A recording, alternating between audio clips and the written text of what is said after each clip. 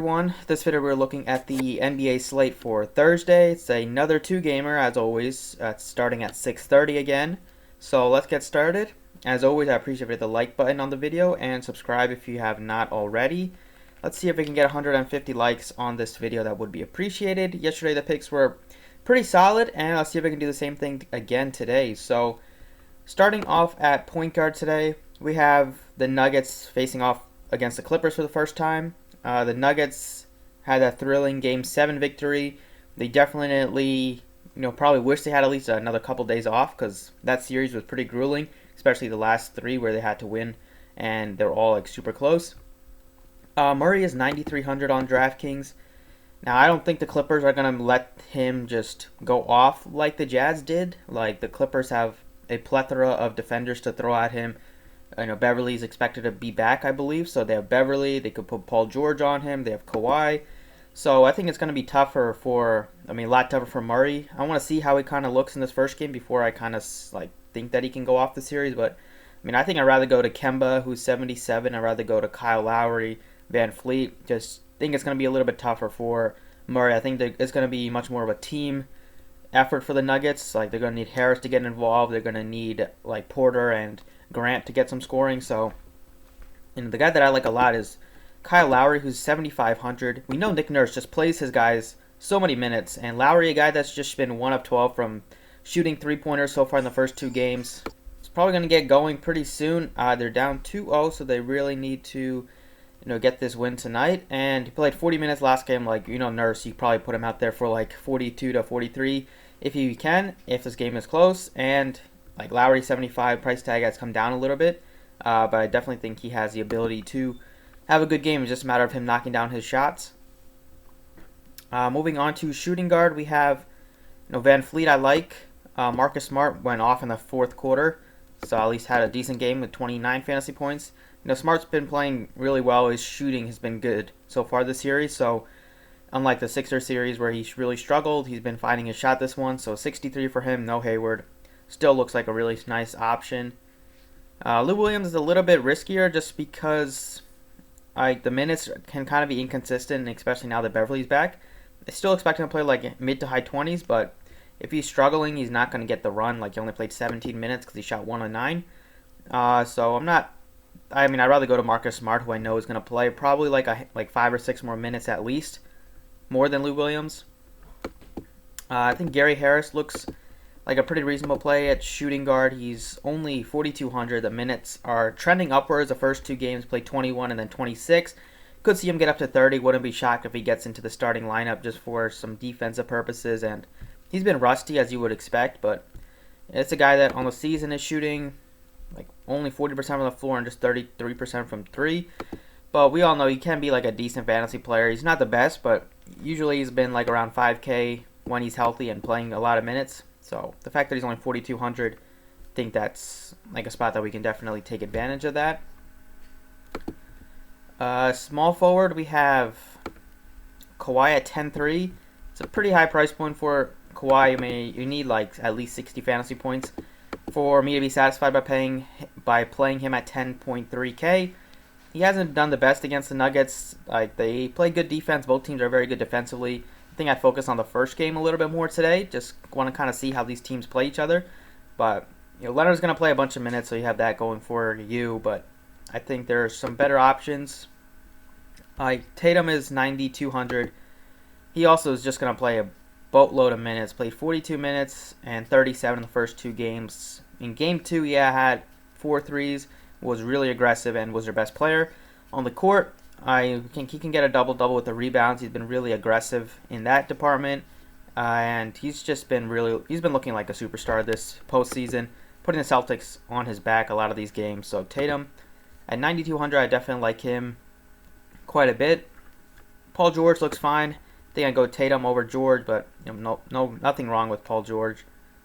Brown 74. He got it done kind of last game with the stocks. He had 5 of those, but overall, I feel like he's the third option.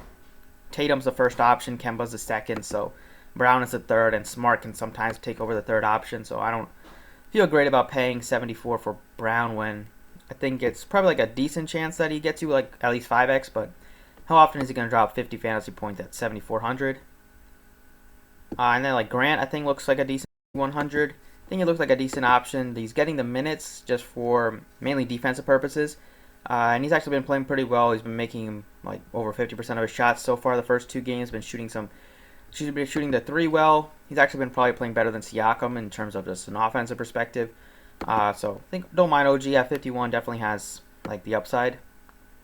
Grant I think looks okay at 49, and then that's kind of it. But I'm going with Tatum at 92. Just feel like he has the great combination of price tag, upside, and he definitely has proven to have success in the matchup. Moving on to power forward, we have Siakam at 79. He's just looks pretty like he's been struggling with his shot ever since the bubble started. He hasn't had very many games where he shot over 50%, if at all. In the bubble, he had one against Memphis, but really it's been a lot of like the 40s and 30% shooting. His three-point shooting has been awful. And like it's the postseason, so even though he's playing a bunch of minutes, his teams are kind of making it tough for him. So I'm not sure if I feel great about paying 79 for him. I think I'd rather go a little bit cheaper at this position because we have some decent value plays like Tice at 53. I feel pretty good about. He's getting the minutes. He only had 3 points last game, but normally can show that he can have like 10-10, like a double-double if he's getting the decent minutes. And he's been pretty good, and so far in 6 games he's averaging 25 fantasy points against Toronto. Price tag on him is like a little bit higher than you would kind of feel great about, but it's only a 2-game slate. There's not a ton of options, and he's at least been proven that he can get you like 6x upside at least. We have like Millsap is just not playing a lot at all. See if this changes in this series because the Clippers play a little bit bigger. So maybe Millsap can stay out there on the court longer, but it's just a little bit scary. They have a lot of options now, and Millsap just hasn't been looking great. So who knows? He's down to 4,300 though, so might be worth a shot, but maybe in some tournaments, not in cash. Moving on to center, like Serge Ibaka just sticks out again at 6,100. Like played him last time, was solid. Like if you give him 26 to 28 minutes, he's gonna be like a pretty good fantasy player. He almost had a double-double both of the 2 games, missed it by 1 rebound. He's just been playing great. Like unlike Siakam, who's really struggling with his shot, Serge has been making so many of his shots over 50%. And from 3 in 3 out of 4 games, he's shooting great. He's always a great rebounder. He can get you block shots as well. He does a little bit of everything. He's only 6,100. Like that's just a great price point. And then last but not least, Zubac at 4,800. I think looks pretty good today. Seems like Doc Rivers likes him more than Harrell right now, and this is a spot and a matchup where they're going to need Zubac out there to defend Jokic and Plumlee. They have a 7-footer out there on the court at all times, so Harrell he might be able to stop Jokic, but he's definitely a couple inches shorter. Like Zubac is a much better, similar height, so I feel like he could get some more run, and they seem pretty comfortable giving him some big minutes so far this postseason. And he has kind of just done his job, doesn't try to do too much, takes his open looks at the basket, gets rebounds, and overall has just been like a pretty good member of the Clippers this postseason and been playing really well. So that's pretty much it. Still leaves you with 64.50 left on the Draftkings side. Let's go over to Fanduel. Okay, on Fanduel at point guard we have Jamal Murray at 9K. Like I said, I just think he might be popular just because of what he did last series, but it's definitely a much tougher matchup. The Clippers are really good at like defending players, so I think it's going to be tougher for Murray to go off for like 60, 70 fantasy points again. I prefer Kyle Lowry's price tag and Kemba's price tag a little bit more. Right now I like Lowry. It's pretty much a must win. No team wants to go down 3-0, so expect Nick Nurse to play his guys like 40 plus minutes, especially Lowry, Van Fleet, Siakam. At shooting guard, speaking of Van Fleet, he looks pretty good at 77. Then you have Smart at 57, looks pretty good. And Gary Harris is just 3,900 on FanDuel, so that looks like a pretty nice price point as a value play if you wanted to punt at that position. Go with Van Fleet at 77. I think him and Lowry look like a pretty good pairing.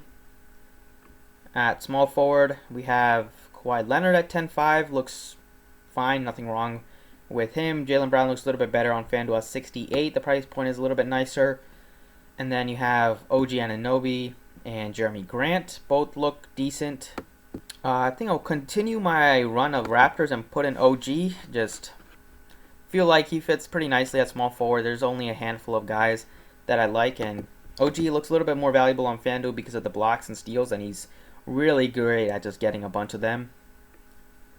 Power forward, Tatum looks great. Ibaka looks good. Tice looks pretty nice at 54.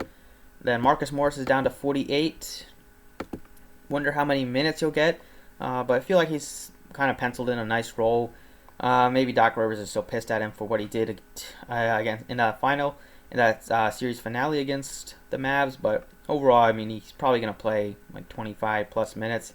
I mean, I think probably going to play in the low 30s. He looks pretty good at 48. But right now, I think I'm going with like probably Morris at 48. Just feel like he can get up to 30 plus minutes, unlike Millsap and Porter, whose minutes are kind of up in the air, but Morris should be out there and has been playing pretty well. And then last but not least is Jokic at 98. It's just going to be tough for me to get up there. I like Zubac a lot. I'll go with him again. 49 for him. Just pretty consistent. I don't need him to do too much at this price point, but they've proven that Doc Rivers kind of has some trust in him, giving him some big minutes so far. Played 33 in that last game against the Mavs. Played well. Just like I mentioned on the Draftkings side, he just kind of does his role, doesn't do too much, doesn't take a ton of shots, but the shots that he does take, it's always right at the basket, always smart shots, and he can get you some block shots, and we know how valuable those are on FanDuel, especially for centers. So that's pretty much it.